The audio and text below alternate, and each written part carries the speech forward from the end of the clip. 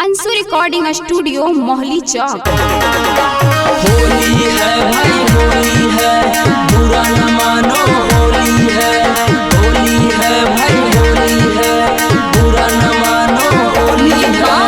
DJ विकास सीतामढ़ी आप सुन रहे हैं पल्लू चंचल को। Mix by Santosh Bihari. अरे ढकेलौ होली बाभन फार देतौ चोली, निकले नहीं घर से बाहर। अरे ढकेलौ होली बाभन फार देतौ चोली, निकले नहीं घर से बाहर। जदि तू धराया मीबा हरियम गे चौरी, लूट ले तो फागुन के लहार। जदि तू धराया मीबा हरियम गे चौरी, लूट ले तो फागुन के लहार। ढकेलौ होली बाभन फार देतौ चोली, निकले नहीं घर से बाहर। जदि तू धराया मीबा हरियम गे चौरी, लूट ले तो फागुन के लहार। जदि तू धराया मीबा हरियम गे चौरी, लूट ले तो फागुन के लहार।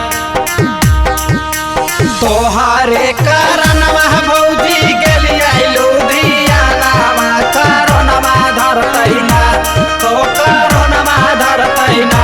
कि मुसल खेलवा कैसे होलिया, कोरोनावा धरतै ना। कि मुसल खेलवा कैसे होलिया, कोरोनावा धरतै ना। पांडे के बेटा छौड़ा हकौरा गदार गे, रखले हौ छौरी सब खबर। पांडे के बेटा छौड़ी हकौरा गबाज गे, रखले हौ छौरा सब खबर। जदि तू धराया मीबा हरियम गे छौरी, लूट ले तो फागुन के लहार। जदि तू धराया मीबा हरियम गे छौरी, लूट ले तो फागुन के लहार। पांडे के बेटा छौड़ी हकौरा गबाज गे, रखले हौ छौड़ी सब खबर। जदि तू धराया मीबा हरियम गे छौरी, लूट ले तो फागुन के लहार। जदि तू धराया मीबा हरियम गे छौरी, लूट ले तो फागुन के लहार। जइहे नहीं बाबन जी के बसती गे, लहंगवा भरतौ जबरदस्ती, भरतौ जबरदस्ती छौड़ी भरतौ जबरदस्ती। जइहे नहीं बाबन जी के बसती गे, लहंगवा भरतौ जबरदस्ती। मार ले तो माजा छौड़ी धर के पांजा, सचिन लाल संतोष एक बार। मार ले तो माजा छौड़ी धर के पांजा, सचिन लाल संतोष एक बार। आगे पालू रंग तो दोनों तोरे आलू गे छौरी, लूट ले तो फागुन के लहार।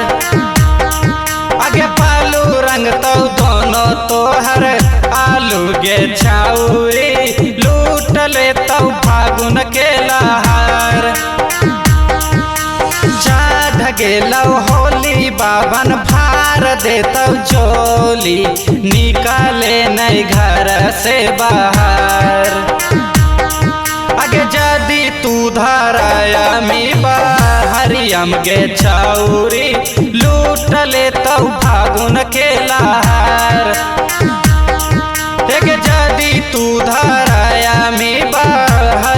गे छौरी लूट ले तौ फागुन के लहर। अंशु रिकॉर्डिंग स्टूडियो मोहली चौक।